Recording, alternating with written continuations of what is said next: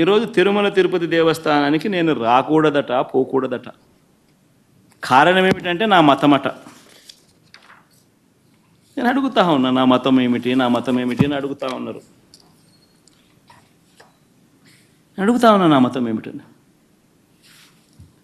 అవును, 4 గోడల మధ్య నేను బైబిల్ చదువుతాను. తప్పేముంది? బయటికి పోతే హిందూ సాంప్రదాయాలను నేను అనుసరిస్తాను, గౌరవిస్తాను. బయటికి పోతే ఇస్లాంను అనుసరిస్తాను, గౌరవిస్తాను.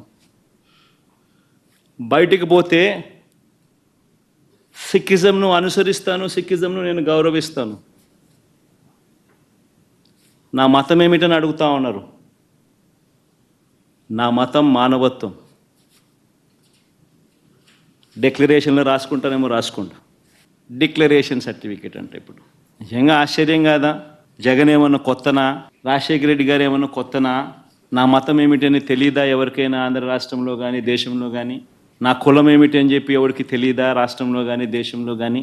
రాజశేఖర రెడ్డి గారు 5 సంవత్సరాలు ముఖ్యమంత్రిగా ప్రతి సంవత్సరం బ్రహ్మోత్సవాలకు వస్త్రాలు నాన్నగారే సమర్పించారు. నాన్నగారు కొడుకునే కదా నేను కూడా తిరుపతికి ఎన్నోసార్లు పోయా కదా ఇంతకు ముందు కూడా, ముఖ్యమంత్రి కాకమునుపు.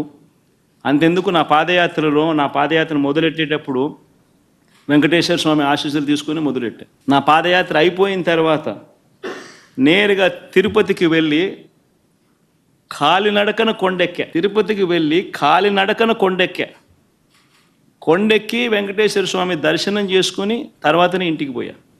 నా పాదయాత్ర అయిపోయిన తర్వాత, నా 3648 కిలోమీటర్లు నా పాదయాత్ర అయిపోయిన తర్వాత. ఇవన్నీ తెలియవా రాష్ట్ర ప్రజలకు? మన అప్పుడు చంద్రబాబు నాయుడు గారు ప్రభుత్వమే కదా అప్పుడు ఉండింది.